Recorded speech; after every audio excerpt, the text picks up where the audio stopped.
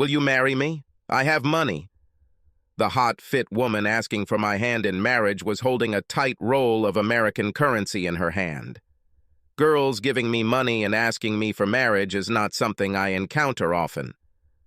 In this regard, the big question arises, why?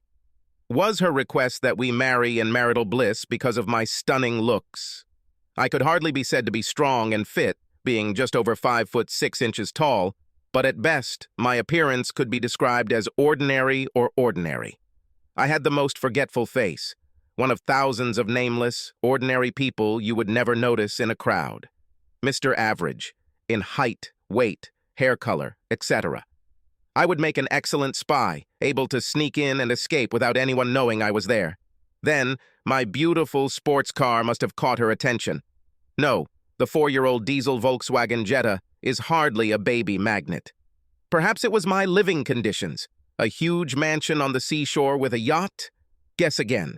I lived in the same old house in which my grandparents raised me and which they left to me after their death. The house was a nice place in a middle-income area, but there was nothing in it that could attract the attention of such a beautiful lady. Surely my jet-setting lifestyle coupled with enormous wealth was attractive. That must be it? Mistake. As a 27-year-old charity group organizer, I made about the same as a McDonald's manager. As someone low on the totem pole, my focus wasn't on glitzy galas, but on fun 10-foot dashes and cold calling. Usually ladies of this caliber don't even notice me. They may talk to me to ask for directions, or if they need someone to carry their bags on a nice day. So what could I have that would attract this baby? Well, I was in an organization that was exclusive to several million people. My ancestors managed to avoid being crushed, eaten, drowned, starved, stranded, bogged, untimely wounded, and delivered a tiny burst of genetic material to the right partner, at the right time, and in the right place. Yes, I was a passport holder, a true American citizen, born in the USA. The big bonus was that I was also a single, unmarried man. Now, I'm not bragging. I have nothing to do with this. In most countries of the world, American citizenship means nothing, and neither does having brown hair. In other parts of the world, being American is a bad thing. But now, in this place, for some people, especially the woman in front of me, being a single American man was a currency and a barter to trade. The woman in question was called Pia. She was a classic Asian beauty. Just over 5 feet 4 inches tall, Pia had long, straight hair, high cheekbones, and features that, coupled with a dazzling smile, lit up the room. Paired with a body to die for, Pia was slim, sexy, and managed to rock jumpsuits. "Ron, listen to me." Pia's voice floated through my thoughts as she handed over the money. "Pia," I tried not to laugh, "I can't marry you. We barely know each other." "You've known me for a long time, Ron," Pia said stubbornly. "Do you want more money? I'll get more. I will ask Mr. Wilson's adult children for more severance pay to leave. Pia was my housemate, Mr. Wilson's carer for the last few years until his death last month. Pia was a home health aide, nurse, cook, maid, assistant, companion.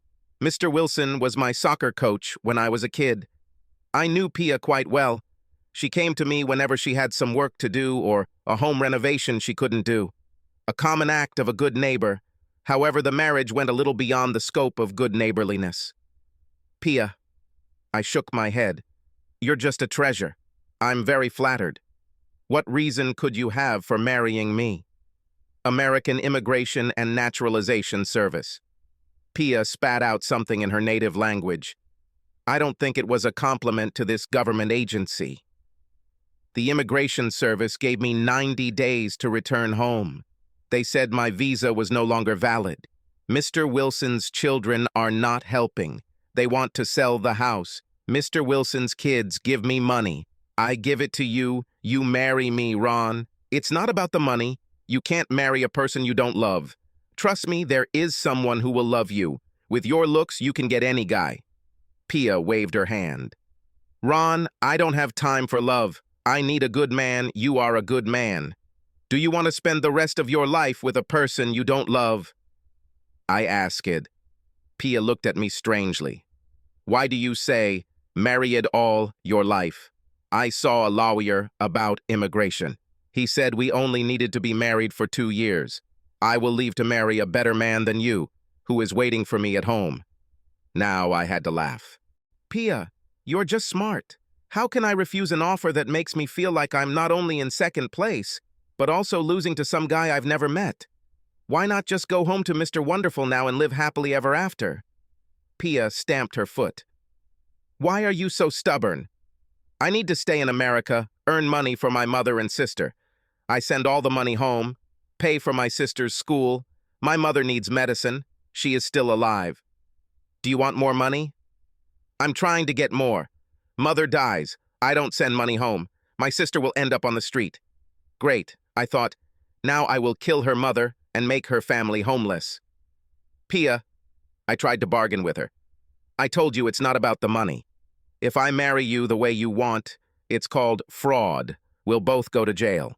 How will you help your mother and sister if you end up in an American prison and then get deported? There was no stopping her. If immigration sends me home, I still won't be of any use to my mother and sister. Who cares if we get married? Everything is fine. I see your house. You need a good woman. I'm a good woman. I cook well. I take care of you. You won't regret it. Pia, I began. You're crazy. She looked desperate, and to be honest, I wouldn't have minded eating something without a microwave. Plus, Pia was nice to look at. I tried to let her go, and besides, this conversation led nowhere. Let me think about it. We will talk about it later. I thought that Pia would forget about this stupid idea, or I would just avoid her. Pia surprised me by pushing a wad of bills into my hand.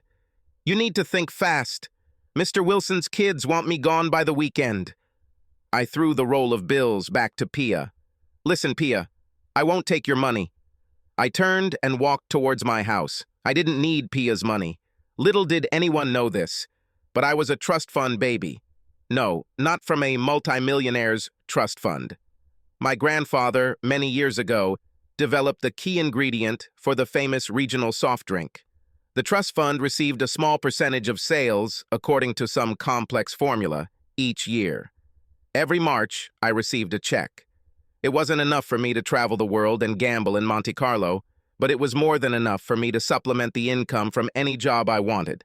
The trust money gave me time to do what I wanted. I learned to fly, learned several martial arts, learned to paint, renovate houses, do first aid, and tried my hand at music.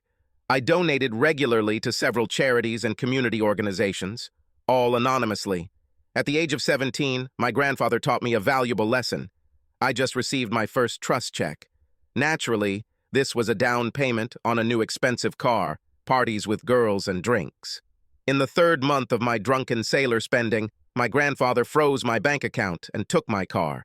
It was a sobering experience to see my friends disappear like snowflakes on a warm sidewalk.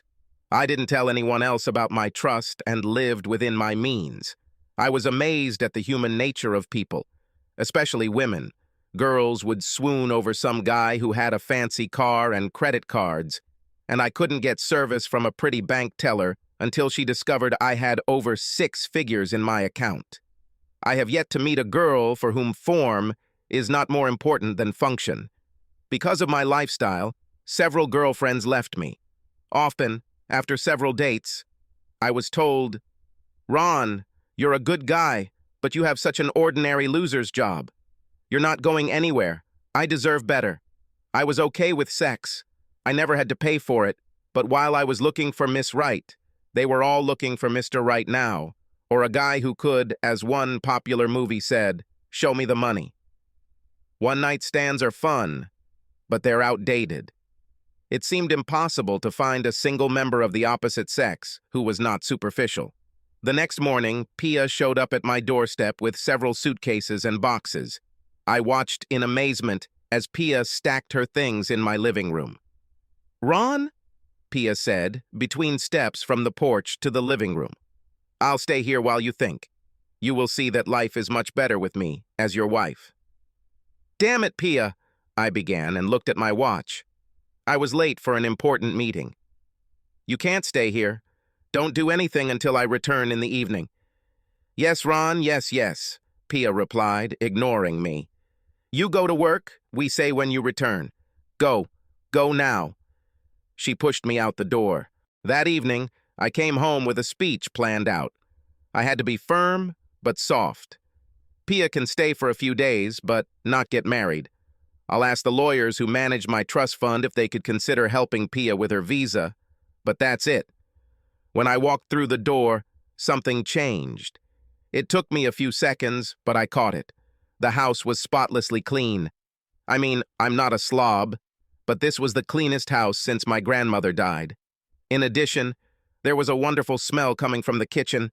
Pia magically appeared, holding a wooden spoon. It's good that you're home. Pia came up and kissed my stunned face. I didn't find a rice cooker in the kitchen. I took Mr. Wilson's rice cooker. He's dead. He doesn't need a rice cooker. Where's your rice cooker? Pia waved her spoon at me. I managed to make my lips even bigger. I don't have a rice cooker. I should have Uncle Ben's instant rice in the cupboard. Boil water and throw a bag of rice into it for 2 minutes. Bingo! You have rice. Pia looked shocked.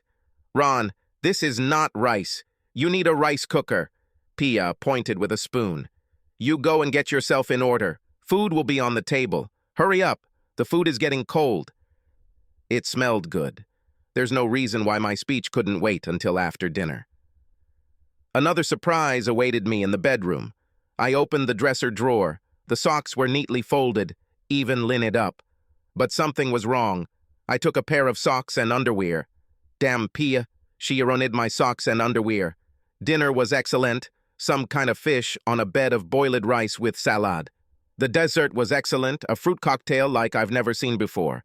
Pia kept asking me about my day, and I realized that I liked talking to her.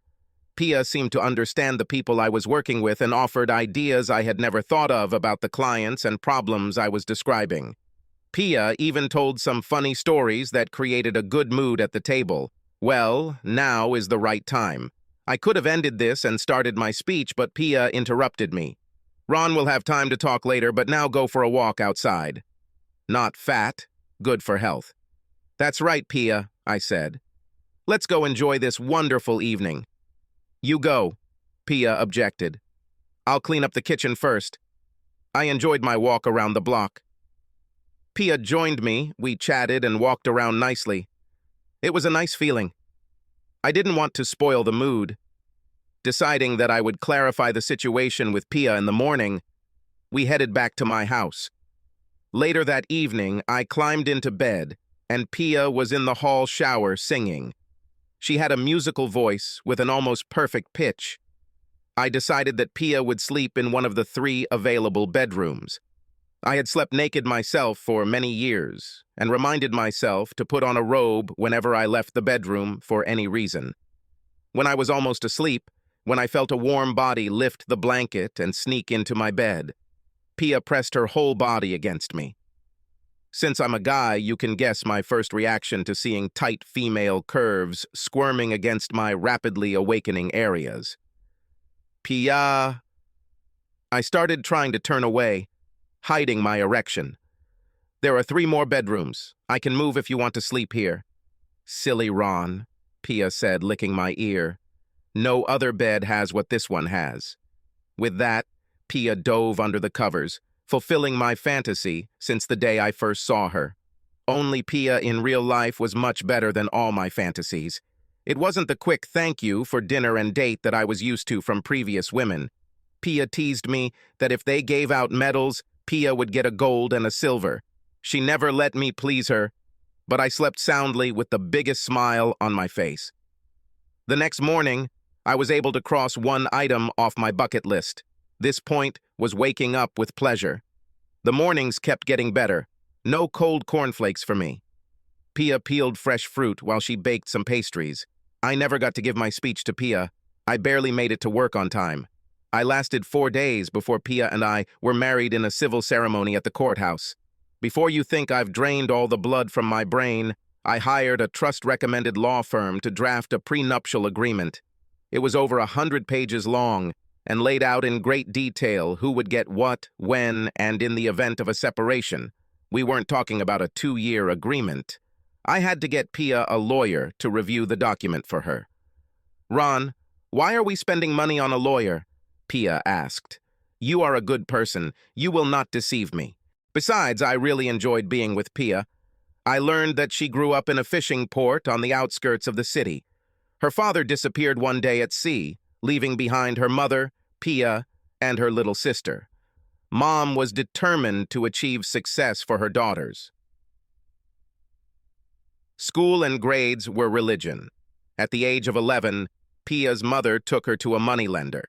The moneylender agreed to give an advance on the school at rates that would make a mafia moneylender blush. Pia had to repay the loan after graduating from school and starting work. If Pia fails her studies, she will have to pay back the money by working in a brothel, also owned by a loan shark. If Pia misses the payment deadline, Pia's younger sister will be taken to the brothel as payment. In her country, Pia received a nursing degree and went to America. Unfortunately, Pia was unable to pass the certification to become a nurse. The foreign nurse certification and approval process was expensive. Pia sent every cent home to pay off a loan, send her sister to school, and pay for the medications her mother needed to treat her illness. Her boyfriend, Mr. Wonderful, was a young man she had known since childhood. Pia's eyes lit up every time she talked about Mr. Wonderful. "He works on a fishing boat," Pia boasted when I foolishly asked about him. "He will have his own fishing boat, and then many boats. We will have many children, many boys, and a big house near the market." "Sounds like a real gem," I said sarcastically. I wondered how I could be jealous of a guy I had never met. "Oh, he's the best man." Pia continued, not missing a single blow. "We are waiting for each other. We made a promise to each other. This promise was the only thing I could complain about. Otherwise, I was living in a beer commercial and Pia was the wife of my dreams, at least for a while. But it is human nature to covet what we see, but cannot have. Pia was hardworking and outside the home. No grass grew under her feet. When she wasn't working as a house help, Pia did anything, to make money. Pseudo-Mary Kay cosmetics, Tupperware parties, selling jewelry, and money changers. If it was possible to make money from it, Pia did it. Pia also bargained better than any Turkish horse trader. The only money Pia took from me was the money I gave her for food. Pia drove her little car to the farmer's or fish market. No grocery stores with high prices and junk for us. Upon returning, Pia's car was filled with fresh food. Pia always brought change from her grocery trips. I don't think the woman slept more than 4 hours a night. I never saw her buy anything new for herself, but Pia scoured flea markets and thrift stores, coming up with outfits that made her look even more beautiful. We had a joke that I had never seen Pia looking bad or not wearing makeup. Every morning, Pia got up before me and did her makeup and hair. Several times, I even set the alarm at an odd hour, trying to catch Pia with bed hair or with light eyes. This never happened. And yet, Pia was full of surprises. One day after yet another award-winning below-the-belt pleasure, I just had to ask. "Pia," I began, lying on the bed with a wide smile on my face. "How did you get so good at this?" I put my finger to her lips. "Are you and Mr. Wonderful at home? Or American boyfriends?" Pia pressed herself close to me. "No, never," answered Pia. "I'm a good girl. I had never kissed a man until I came to America. I don't have boyfriends. Mr. Wilson showed me how it's done. I sat up straight in bed." "Mr. Wilson?" I stuttered. "Our deceased neighbor. Damn. You kept an eye on that old bastard in his dying days, and this is how he repays you." I was furious. How could my old football coach take advantage of a young, respectable girl like that? What an asshole. It's a good thing he was dead, otherwise I would have killed him. "Pia, did that old bastard force you?" Pia looked at me in confusion. "Why are you angry?" Pia stroked my stomach. "Mr. Wilson didn't force me to do anything. I did this to avoid being beaten by Mr. Wilson." "Pia, what the hell are you talking about?" Now I was confused. "Are you listening?" Pia continued to rub me. "Mr. Wilson was sometimes sick, but he was still a man. After his wife died, he was lonely and in need. Mr. Wilson went around and found bad women on the street and in the newspapers. Not often, but sometimes. Then Mr. Wilson was beaten up twice by different bad ladies and he lost all the money in his wallet. Pia moved the blankets on the bed.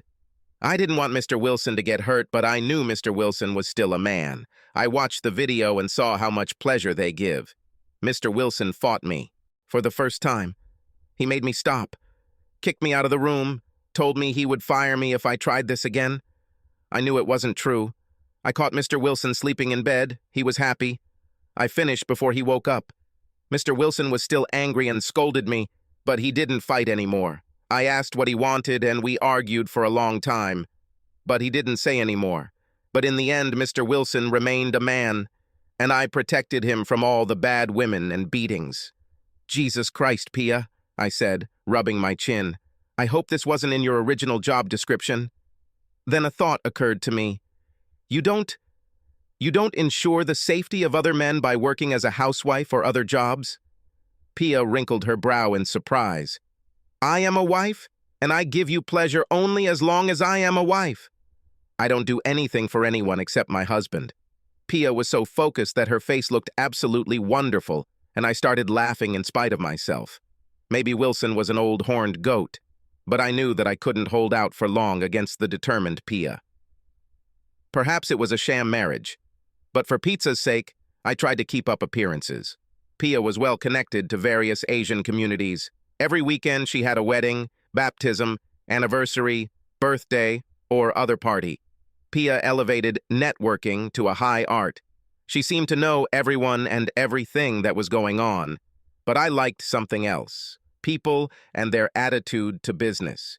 They didn't live to work, they worked to live. I mean, they worked a lot. No doubt most of them had more than one job. However, they put family and friends first, not career advancement or the corporate rat race. I had more fun with Pia at a backyard party than at some fancy gala. No one cared about your jewelry or the car you arrived in. They were just glad you came. I'll miss this when Pia and I go our separate ways. Our 2-year agreement was coming to an end. With less than 2 months left, I quietly asked my lawyers to prepare the divorce papers. Even though the prenuptial agreement did not give Pia anything, I included a good amount for her in it. She will only find out about this after we break up. Pia was a proud lady, bearing half of the household expenses. Pia wouldn't let me return her money. At first, I tried to secretly return the money to Pia's purse. However, Pia always knew down to the penny how much money she had, so it didn't work. I resorted to the lie that the house expenses were small, but Pia found the utility bills and insisted on paying her share. I ended up taking the money Pia gave me and putting it into an account so I could give it back to her after the divorce. I also did things like fill up her car with the 5 gallons of gas I kept in the garage. Pia never noticed that her car got better mileage than an all-electric hybrid. I was also able to convince Pia that I had a friend who owed me a favor, so I was able to put new tires on her car and rebuild her car from the gas tank to the transmission, without complaint. The only thing that didn't sit well with Pia was that every couple of weeks, I would come home with gift cards that were accidentally left over from a charity event. Yes, it was a little white lie, but I was really starting to love Pia and was ready to do anything to see her smile. Pia had a temporary green card, which gave her resident alien status. When Pia suddenly began to get nervous and act out of sorts, I attributed it to the upcoming separation. Over the past few days, Pia has been dressing better than usual, cooking my favorite meals, even increasing our activities in the bedroom. Ron, Pia began at dinner, sitting across the table from me. I need one more favor from you. Okay, Pia, I replied. Tell me what you need. I need to bring my mother and sister to America, Pia said hastily.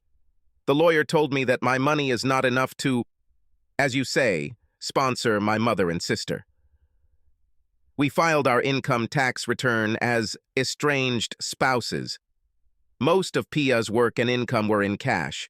Pia, in a heartbeat, would give any friend dollars for a dress for her daughter at church, or for a wedding reception, or for any other request. but Pia hated giving money to some government machine that she did not know and did not trust. Pia, I laughed at her. I told you that unreported income would come back to bite you on your sweet ass one day. What do you want me to do about it? Why should I give money to thieving politicians? Pia held the same opinion about government officials that all people in the world share. They say I need money from your work to sponsor my mother and sister. If we are going to get divorced in a few weeks, then my declared income from work will not bring you any benefit then. Ron, Pia looked down, nervously picking at her food. We must remain married until my mother and sister come to America. This is a turn of events, Pia. I was a little taken aback. What time period are we talking about? Not long, Ron. Pia brightened up, seeing that I didn't brush her off. The lawyer says that perhaps a year and a half, maximum 2 years. She smiled at me hopefully. I pretended to consider her request. There is something to think about here. What does Fisherman Mr. Wonderful think of this delay? Pia waved her hand dismissively. This is family. Family comes first. He understands. He is waiting for me. On my part, the choice was small. Go back to microwave dinners and wash my own clothes, chasing indifferent ladies on the one hand, or live longer, fantasies with Pia on the other. I sighed dramatically. Okay, Pia, I think we can tolerate each other a little longer. Pia's face broke into a classic smile that lit up the room, and she went back to eating. Barely breathing, I heard Pia say, Thank you, Ron. About 6 months after this conversation, our relationship went very wrong. I was at a local sports bar that was having a fundraiser. My old college team was playing and had a winning season. In the past, my former school was not known for its sports program. It was a decade of recovery. The sports bar manager and assistant manager were ladies who attended the rival team's school. In the bar, bets were made on drinks, and patrons took sides. Drinks and money were gambled on every aspect of the competition to be donated to charity. I'm not a big drinker. A beer or glass of wine with dinner was my limit. After a few drinks, I remember locking my lips with one of the girls after an exciting game on the bar TV, but that was it, until I woke up in my bed with a major league hangover. Ron, wake up. Pia shook me. Her words seemed to ring in my head like little hammers. Damn it, Pia. I tried to cover my head with a pillow. I'm the Walking Dead. Can't you leave me alone? We're going, Ron. Take your car. I have a lot of things to do today. Pia took the pillow off my head. She handed me a glass of water and an aspirin. Pia didn't look happy. After I stumbled out of the shower, Pia put me in her car to take me to the sports bar to pick up my car. Pia was unusually taciturn. Finally, halfway to her destination, Pia unloaded. Ron, why do you behave badly with bad girls? Pia began. I'm losing face. I come for you. Find you drunk with bad girls, tied up like 2 snakes in mating season. I was in no mood to talk. Leave it. It's part of my job to be at such events. You know it. It's not part of the job to put your wife in a bad light, to lose face. Pia spat. Are you talking about losing face? I objected.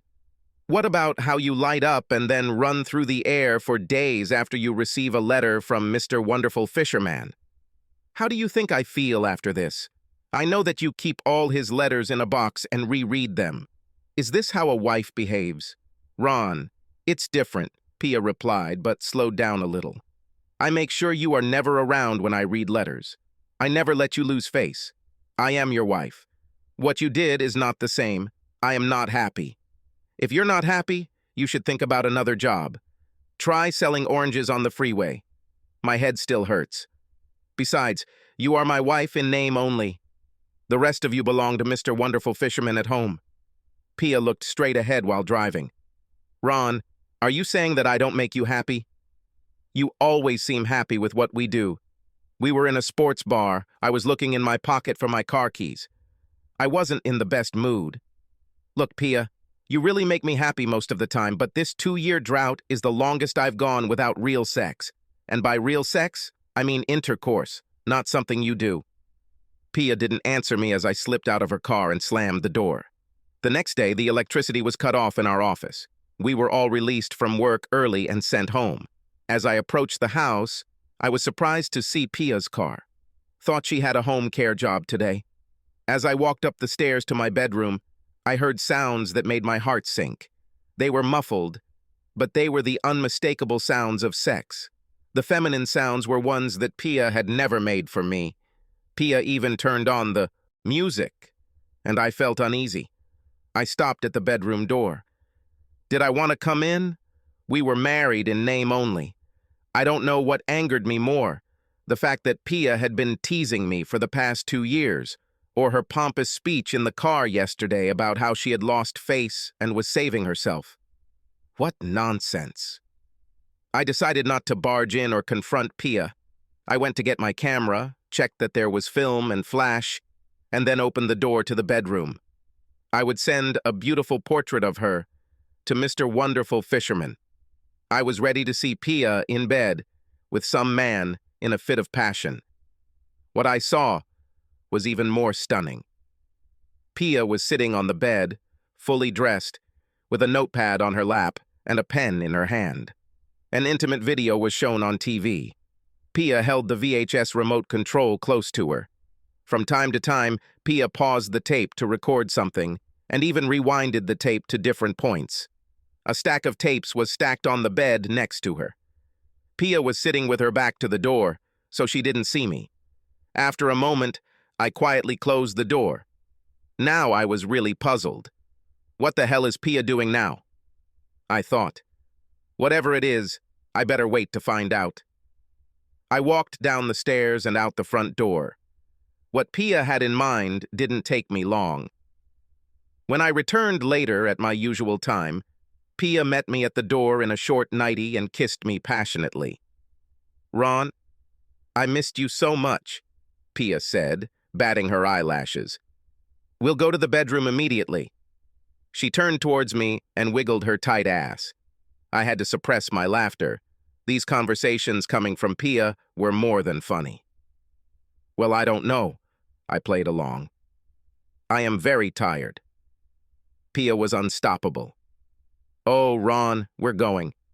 You've been wanting to get involved with me for a long time now." Now it was my turn to be surprised. Pia wanted me to have sex with her? "Are you sure about this?" I asked her. Pia's eyes flashed with fear for a moment, but she continued her chatter. "Oh yes, Ron. I'm all yours." I pulled Pia onto my lap and kissed her face. "Okay, Pia," I said. "But no pun intended, we'll do it my way. First of all, no more fake talk. I want my wife back." I picked Pia up. She weighed less than 100 pounds when she was wet. He carried her up the stairs and set her down in the bedroom. "Pia, just put on a robe, nothing else. Then meet me in the bathroom in the hall." Pia started to speak, but I interrupted her. "No questions, Pia. Just do it." When Pia entered the bathroom, I was having a warm bath with scented beads. "Oh, Ron," Pia cooed as she sank into the water. "It's nice." "Okay, Pia," I said, turning to leave. "Stay there and soak until I get back." I returned 25 minutes later. Pia was so relaxed she was almost like jelly when I pulled her out of the bath and wrapped her in a large towel. I carried Pia into the bedroom and laid her on the bed. Pia looked around the room. It was lit by burning candles scattered around the room. I used a bunch of thick candles that we had stored for use during power outages. Quiet music was playing from the stereo system.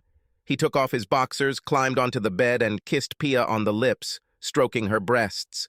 I moved down her body, kissing every inch with my mouth. Pia made soothing sounds, but when I moved below her chest, Pia opened her eyes. "Ron, no, not there." Pia ran her hands through my hair. "Shh, Pia," I assured her. "Don't worry. Trust me." Pia's body tensed for a moment, then relaxed. She nodded her head and lay down on her back. Not for the first time, I fell asleep with a smile on my face. Life was going well.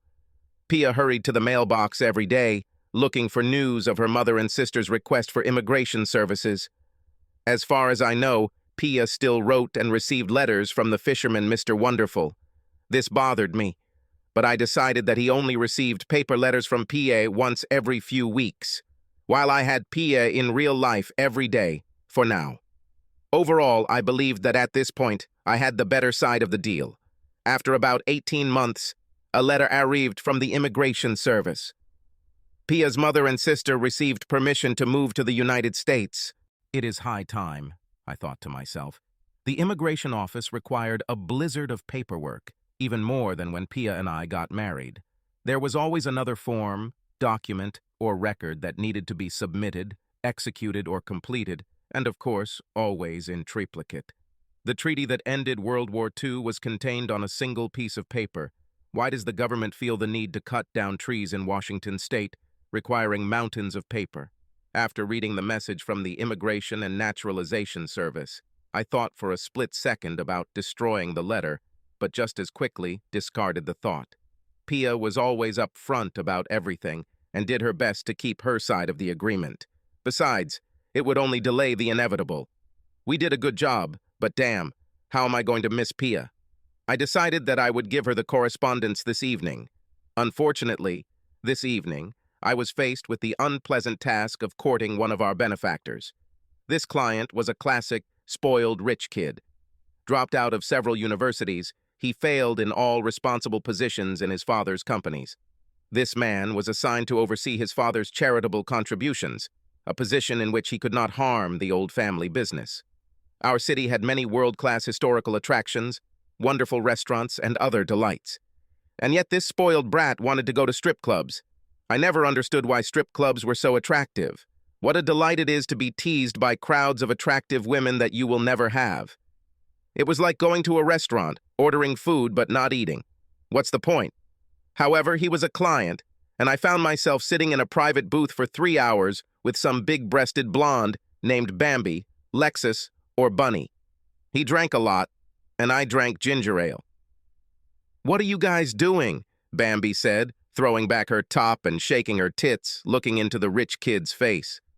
"Oh, baby, work those things," he said. "We are philanthropists." Seeing the confused expression on her face, he added, "You know, we help poor people, less fortunate ones, making the world a better place." Laughing, he buried his face in her chest. "You mean starving children in Africa?" asked Bambi. She moved closer to me, rubbing her ass as he pushed the dollars into her crotch. "Something like that," I muttered, pushing her away and standing up. Bambi was already squirming in his lap when she answered, "I could never understand this whole problem. If all these people are starving in Africa, why don't they just move to France or somewhere else?" He laughed and spilled his drink on me. I took a break to get myself in order. Leaving the booth, I walked up to one of the bouncers made from tree trunks. "Hey, guy," I said, holding out a $50 bill. "Make sure that me and my companion are expelled from here as soon as possible." The bouncer looked at the money in my hand. "Sir, I do not have sufficient grounds to remove you gentlemen from the club premises." I added another $50 bill. "I would also expect a light blow to my companion for this favor," I asked as the bouncer removed the money. We were quickly kicked out and ended up lying in a heap in the alley behind the club after being thrown out the back door like homeless people. I was dirty, but unharmed. My companion laughed loudly. "Ron, damn it," he said, standing up. "I haven't had this much fun since New Orleans." "You're my type of guy. How much money do you need for this show, buddy?" I chuckled and helped him up. "Come with me. I have papers in the car that you can sign right now." Entering the door, I found that Pia was waiting for me. When Pia kissed me on the cheek, I saw that she wrinkled her nose. I reeked of booze and cheap perfume. "Ron, why do you smell like a brothel?" said Pia. "Pia, I had to take a client to some stupid striptease. Dumbass spilled his drink on me." Pia looked at me warily. "You don't hang out with nasty ladies?" "Of course not, Pia," I answered, starting to walk towards the steps. I could tell Pia was doubtful. "Ron, if you don't hang out with indecent ladies, then we'll have sex right now." "You have to let me give you pleasure," Pia exclaimed, pulling me onto the sofa and then began to undo my belt and zipper. I pushed her hands away, laughing as I did so. "Wait, I have something for you." I took the INS letter out of my jacket pocket. Pia could not tear herself away from her attempts to remove my trousers. I gave in when Pia pulled my panties down. "Okay, Pia, you win. I think you can wait to see the letter about your sister and mother from immigration later." I waved the letter in front of her face. Pia froze for a second, then snatched the letter from my hands and jumped up from the couch, scanning the immigration letter. "Ron, this is good news. Mom and sister can come to America." Pia clapped her hands. "I'll call my mom right away. We'll get ready." The phone call to Pia's mother took several hours. Operators, country codes, city codes, international lines, and waiting. It was a more complex operation than launching the space shuttle. I was still sitting on the couch. My pants were halfway down. "Hey, Pia," I called, pointing to my bare penis. "What about our pleasure? What about your crazy desire for me?" Pia did not pay any attention to this and galloped up the stairs. "Ron, you are big and strong. I have a lot to do right now. We'll have fun later today." With these words, Pia disappeared into our bedroom. It was nice to see Pia so happy. Trying not to laugh, I pulled on my pants and stood up from the couch. While Pia handled the logistics and filled out the countless forms and paperwork needed for the final steps to bring her mother and sister to America, I asked my lawyer to bring up our divorce papers. I was wondering if Pia was checking out apartments all over the city to move into after our divorce. I didn't know how much time was left before she left, so I didn't ask. In the days leading up to the arrival of her mother and sister, Pia was like a whirlwind. I don't think she slept at all. The house was washed from top to bottom. It was cleaner than a surgical operating room. Pia prepared a huge amount of their favorite food. I teased Pia that if more than one of her mother or sisters came, it would be due to the amount of food that was stocked in our refrigerator. The day finally arrived, and we met Pia's mother and sister at the airport. I've seen their photographs, but in real life, they were completely different. Pia's mom was an older version of Pia. Mom spoke good English and was quiet but firm. Sister Pia had an unpronounceable name and asked to be called Lucy. There is no doubt that Pia and Lucy were related. However, while Pia was beautiful, Lucy was taller, like a larger version of an Asian doll that would take your breath away. Lucy had the kind of appearance that made men stop and stare when she walked past. What surprised me the most was when Lucy first spoke. "Hey, Ron, nice to meet you," Lucy said in a slight West Texas accent. It appears that Lucy and her friend grew up watching bootleg VHS tapes of old American TV shows. Lucy's favorites were Dallas and Dynasty. She and her friends spent hours in front of the mirror and with each other after each episode, practicing speaking like the characters in those series. Lucy watched all the seasons and knew every actor. Lucy studied their speech with monastic devotion. The voice of Alexis Carrington from Dynasty coming out of Lucy's mouth was so stunning that I was speechless. Lucy looked at me with slight panic in her eyes. "Ron, darling, are you okay? Am I saying that wrong?" "No, Lucy," I stuttered. "You said just fine, it's me." "Forget it. I'm very glad to meet you too. I was lucky that Pia intervened and saved me. Ron, shut your mouth, you catch flies, put your luggage in the car. We are coming home." While I packed their things into the car, Pia, Lucy, and her mother chatted in their native language. Mom and Lucy quickly got used to it. Then I received a second pleasant surprise. Mom took over the cooking. Mom was a wonderful cook. I swear that old lady could make a brick taste like filet steak. Mom's cleaning puzzled Pia. I can't tell you how amazed I was when I one day saw my old sneakers polished and looking as good as the day I bought them. I dreaded the day when I would have to return to life before Pia. 2 weeks later, we all ate another one of Mom's outstanding dinners together. However, the atmosphere was tense. I thought they were waiting for me to tell them about the move. I decided to bring this issue to the public so we can put an end to it. "Pia, Lucy, Mom," I began. "I know you have something to tell me, so just start." I turned to Pia. "Pia, we both knew this day would come. I have divorce papers at the lawyer's office. Just give me a date, and I'll serve them. You no longer need to put your life on hold.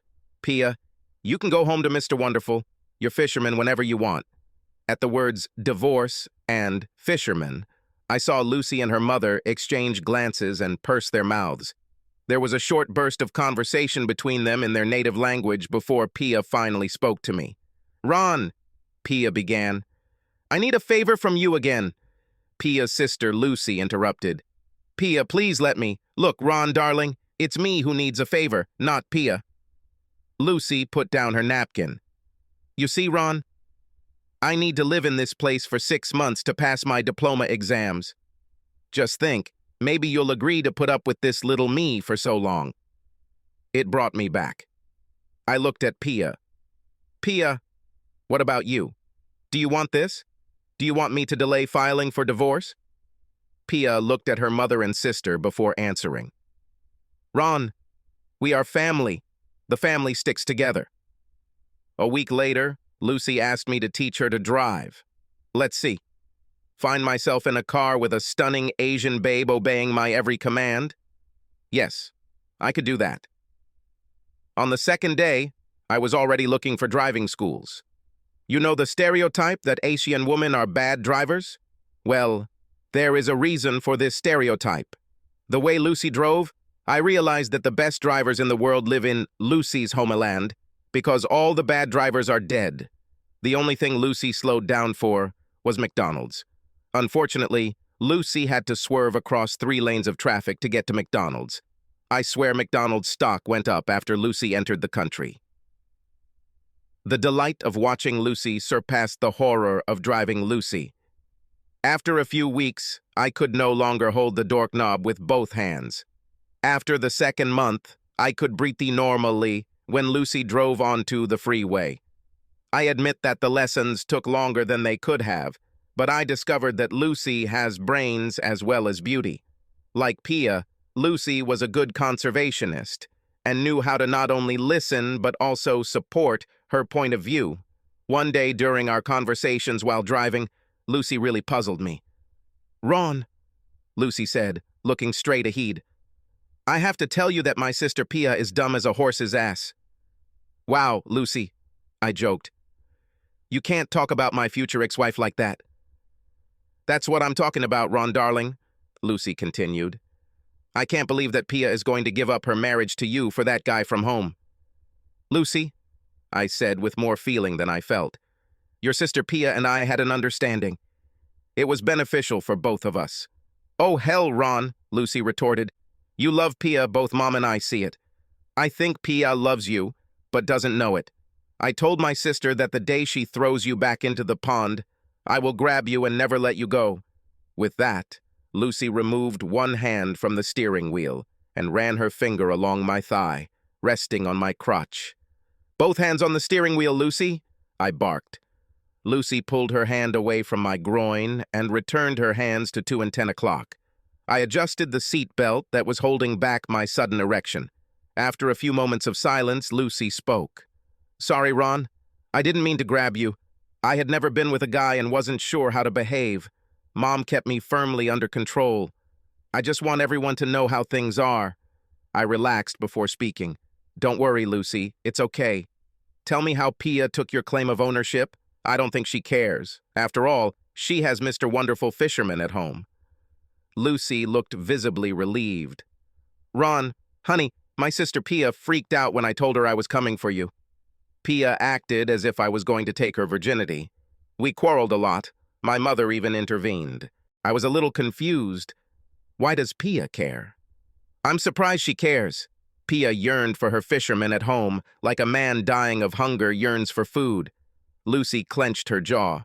"If I tell you something, you have to promise not to tell Pia." "I can't do this, Lucy.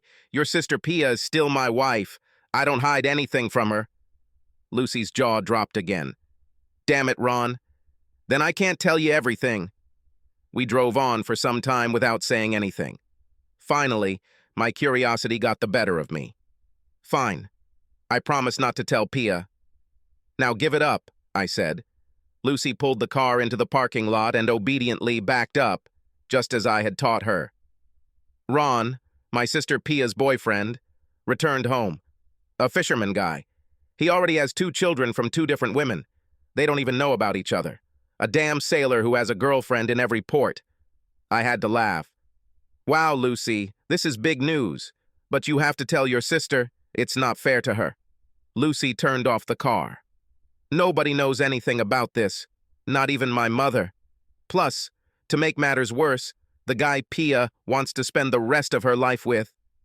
He doesn't mind spending a long night away from home on a boat full of guys. He is very popular among other fishermen. I slammed the dashboard with both hands. Lucy, are you saying that he's gay? Play for both teams? This is too much. I stopped and thought for a moment. Lucy, you have to tell Pia. You can't hide this from her. Is this just gossip, or do you have proof? Lucy paused before answering. I was doing an internship at a hospital when he brought a girl with a child. The child looked like him. He gave his name as his father. A month later, I was in another hospital. The same thing, but a different girl and child. I asked around. The girls live with their parents, and when he's not on a fishing boat, he lives in one house or another. Lucy turned away from me. About the guy. He's not gay. He's just... Men are men, and they use what they can. There are no women on the fishing boat. He doesn't seem to mind. There are guys like him on every ship. That's common knowledge. Lucy shrugged. Lucy, I looked straight at her. You should tell your sister Pia. No, Ron. Pia won't believe me. She is very stubborn. She still sees him as her sweetheart from her school days. It was a long time ago. Lucy stopped. She seemed to be lost in thought. After a while, Lucy spoke again. Ron, I changed my mind. You can tell Pia if you want. Lucy started the car and started driving home. I was deep in thought. Should I tell Pia? Will she believe me? And if he believes, what will it mean? A light bulb went on in my head. Finally, I admitted to myself that I loved Pia, but I needed her to love me back. If I tell Pia about the fisherman Mr. Wonderful, Pia might stay with me, but only because I was a backup option. I know it sounds selfish, but I had to be number one in her mind if we wanted to be together. On the other hand, Lucy and I became quite close, and Lucy admitted that she had feelings for me. Maybe I should let Pia go, or is it just a case of the grass being always greener on the other side? The drive home was long, and Lucy and I didn't speak. Eventually, I came up with a plan. He was giving me what I thought was a win-win opportunity. I won't tell Pia what I know about her, Mr. Wonderful Fisherman. This would give Pia more time before we parted ways. If it's true that Pia loves me, I wanted to hear it from Pia. That's how I know she chose me and not Mr. Wonderful. If Pia still wanted a divorce, I would let her go and bet on her sister Lucy. I would tell Pia what I knew about Wonderful Mr. after we broke up. Then Pia herself will decide what to do. But I will not be in sight, and she will not be able to return to me. For the first time in a long time, I felt calm as we pulled into the driveway. I don't remember the house being this happy since my grandparents died. Lucy studied and spent a lot of time with me. Mom kept the house in a condition that would please a Marine camp sergeant, and the food made me fight to keep from gaining weight. Pia and I continued to grow closer. I caught her eye when she thought I wasn't looking, but I couldn't figure out what she was thinking. Was she preparing to move? Has she thought about her future life at home? Our relationship in the bedroom continued, and this did not give me any clues. The dinners were a great time, and I enjoyed lively conversations with the 3 ladies. Parties and weekend events were double the fun with Pia, Lucy, and their mom. There was little I could do, so I waited for Pia's sister Lucy to finish her test and asked my lawyer to prepare the divorce papers. Everything depended on Pia's next move. On the day of Lucy's big test, Pia was at home. Mom went shopping, and I worked from my office. Pia was upstairs in the bedroom, and I was downstairs. Pia came to the office and asked me to go to the bedroom. I thought I saw tears in her eyes. This must be the end, I thought. Big kiss. I figured Pia had waited until we were alone so I could save face. When I entered the bedroom, Pia was sitting on the bed. She was still beautiful, but she looked tired. On the bed next to her was an envelope addressed to Mr. Wonderful Fisherman. This was strange because Pia always tried to prevent me from seeing her read or write these letters. I sometimes received mail, so these letters were not a secret. I even knew in which box Pia kept her letters. It was an open secret. Pia would tell me what was in the letter, or what she wrote if I asked. Now, looking back, I see that I first began to have real feelings for Pia when I stopped asking what was in the letters. "Ron," Pia began, taking a deep breath. "I told him," Pia pointed to the letter on her bed, "I don't want to be his wife. I wish him good luck and good luck in his future and throw away all the old letters. I'm your wife if you want." "Why, Pia?" I asked. "Why now? What changed?" "Nothing changed. You changed me. You make me love you." Pia grabbed me into her arms. "Ron, I always knew you were a good person. Mom told me that I was a fool for letting you go. Then Lucy told me she wanted you. Now I see what everyone else sees." I pushed Pia aside. "Pia, staying with me because your mom said so or your sister wants me is not a very good reason. I'm not a toy you want just because your sister thinks I have some value." Pia shook her head. "No, Ron. Lucy made me see what was in front of my eyes.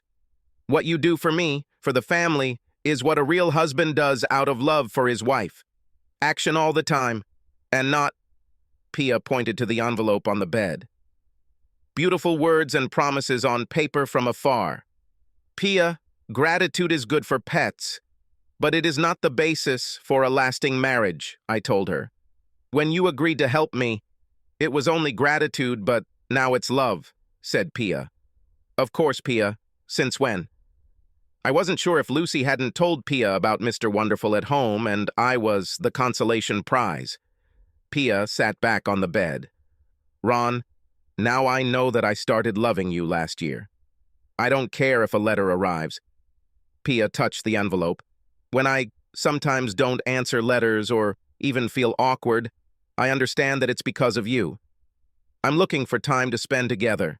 I even think all the time about how to postpone the divorce. I know we don't have as much money as others, but we have each other. I will do my best to make you happy." Damn, Pia seemed sincere. Time to make a decision. I had to choose a path. I kissed Pia deeply. Pia then pulled me down onto the bed and began to pull down my pants. "Now, Ron, I will give you what you should have had a long time ago," Pia whispered in my ear. "Was it great earth-shattering sex with angels singing? No, not at all. We took our time, and I was as gentle as I could, moving slowly to please Pia. After we were in the afterglow, Pia asked me if I could get her something cold to drink. I was standing in front of the refrigerator with the door open, trying not to let the cold air freeze my balls, when I heard the door to the kitchen open. I turned, an open can of soda in each hand, naked as a jaybird, to meet Lucy, Mom, and a group of students from Lucy's study group. It's hard to hide behind a can of Coca-Cola. I took a quick sip of my soda, then asked the assembled group of women, "How did the test go? Can I offer any of you a soda?" A University of Texas study found that romantically based marriages are doomed to fail because partners have unrealistic expectations for each other, and there is little room for improvement in the relationship. This largely explains the 50% divorce rate in America. I think since Pia and I had nowhere to go but up, we had a better chance than most. Next month, we will have been married for 21 years. Pia slowed down with the arrival of our 4 beautiful children. I think Pia now sleeps 5 hours a night. Between births, Pia managed to fulfill the requirements of the RN Commission, registered nurse, trans, and pass exams. She's been working as a head nurse at a local hospital for several years and terrifies young and old doctors who go beyond what is permitted. The whole family was at the ceremony downtown when Pia finally became a U.S. citizen. Her smile still lights up the room, and every day I love Pia more. I told Pia about my trust fund, but it didn't change our lifestyle. As our family grew, Pia bought Mr. Wilson's house next door and moved my mother there. The kids love that Grandma lives next door, and so do we. Lucy was constantly harassed when she started working, but she rarely went outside. Frequent trips to McDonald's led to her meeting, dating, and later marrying the manager. He was just another average person, just another faceless, run-of-the-mill, nice guy. When they filed their taxes for the first time after their wedding, Lucy discovered that he was not just a McDonald's manager, but the sole owner of a number of McDonald's franchises. With 3 children, they will have been married for 17 years this summer. Sometimes it's good to be ordinary. Subscribe to our channel so that your second chaff doesn't cheat on you, and go ahead and listen to the next story, because this story is nothing compared to the next one. If you're under 18, don't even think about listening to the next one.